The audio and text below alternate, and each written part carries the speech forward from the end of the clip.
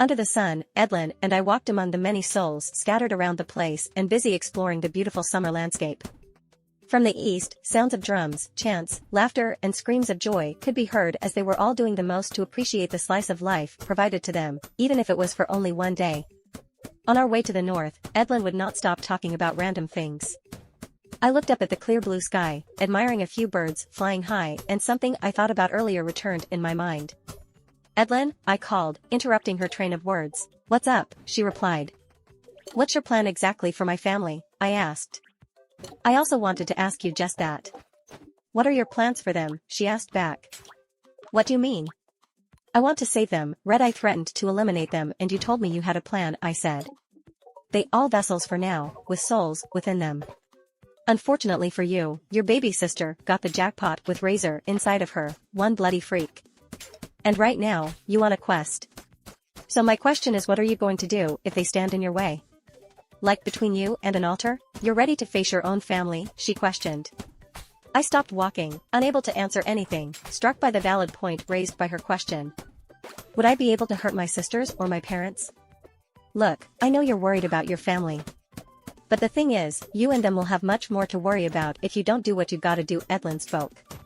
My only response was a nod. I found myself involved in 2 races against 2 clocks.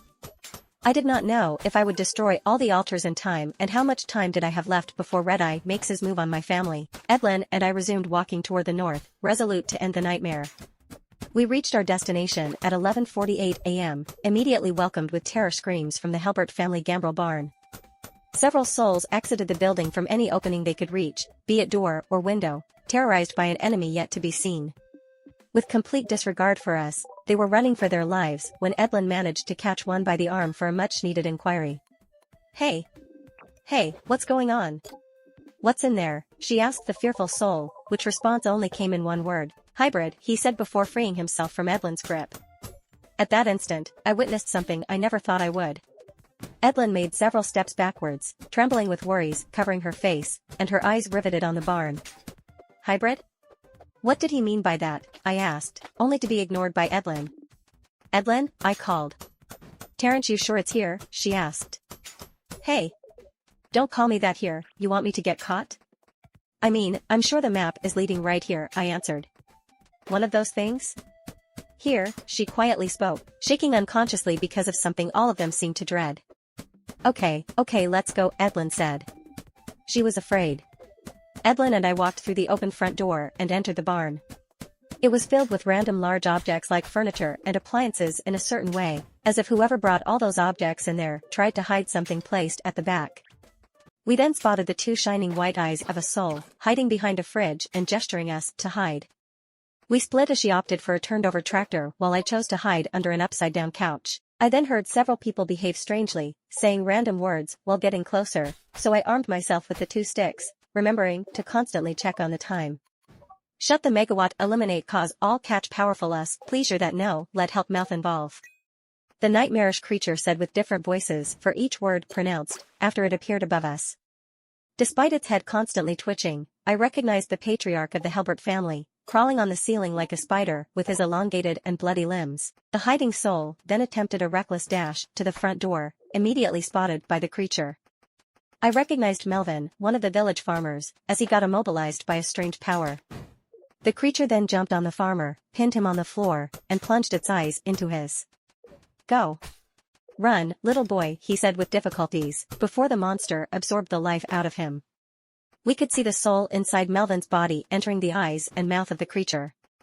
It then gained a little bit in size and probably in power, making me understand why it was feared and called a hybrid. It was a mix of several souls stuck in one tortured vessel that might soon reach its limit. I checked the time and read 11:54 a.m. Running footsteps resounded on the upper floor. I looked up and saw Colin taking the opposite direction to that of the front door.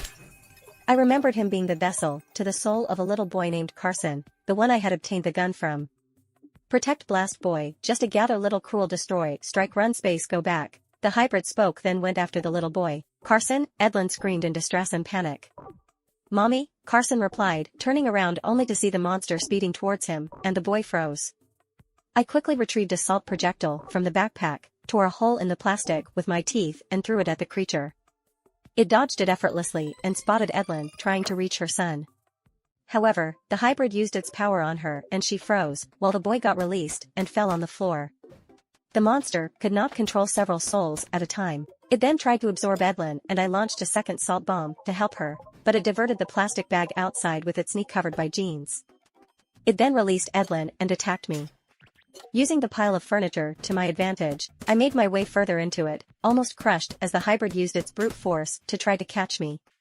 When I could no longer progress in the pile, I checked the time on the watch and read 11:57 a.m.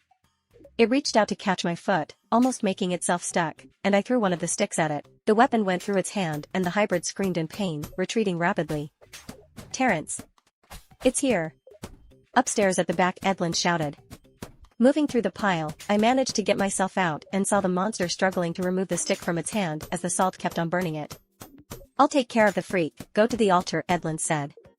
However, when I was about to take the stairs, the hybrid, in a last and desperate attempt to remove the stick, slammed its hand on the tractor so strong that it catapulted the weapon towards Edlynn. The rod lodged in her chest and she stood surprised for a few seconds before collapsing on the ground.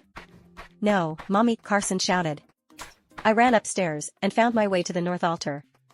It looked very similar to the south one, with many human skulls being part of it.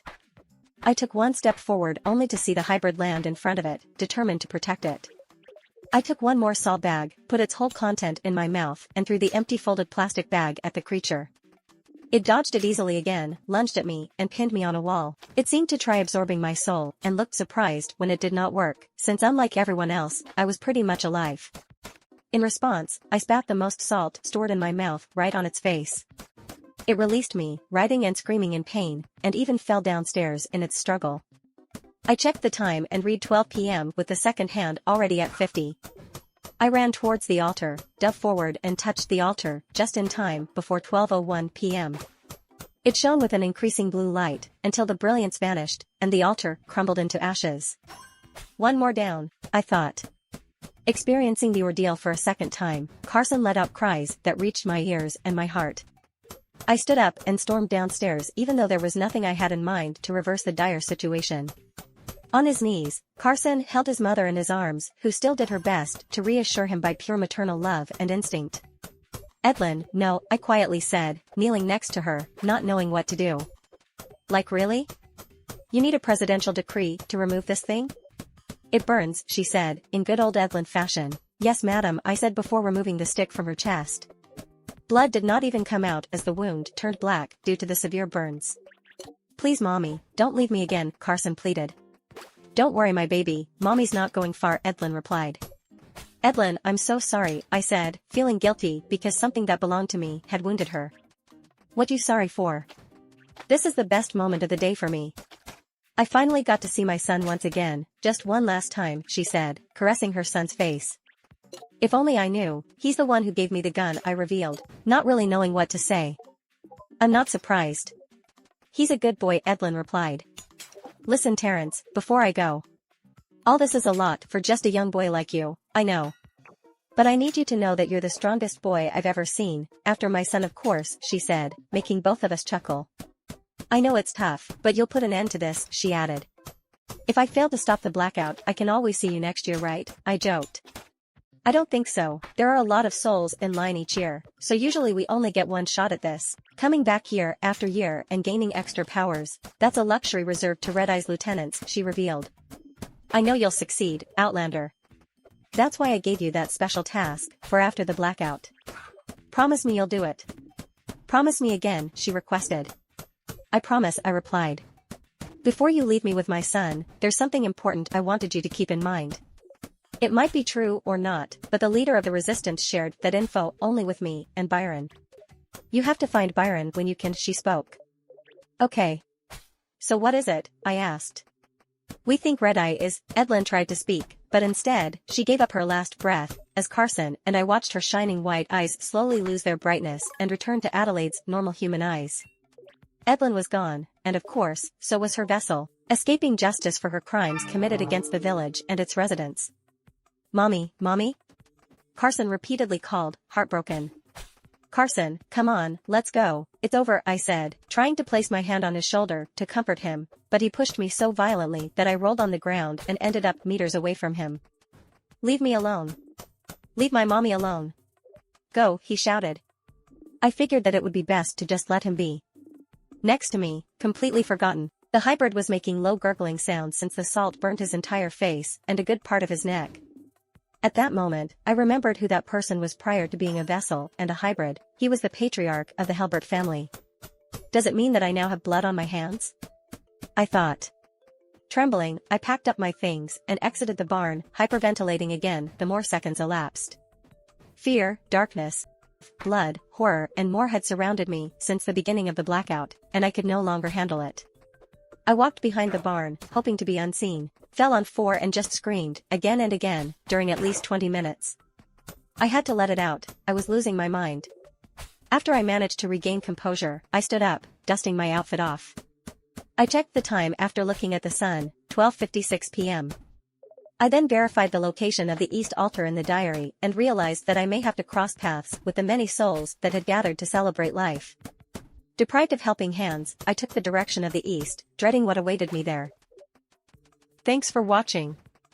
If you want to see more videos like this one, make sure you hit that like button and subscribe to my channel. And if you want to share your story in the next video, comment on this one and I'll make it happen.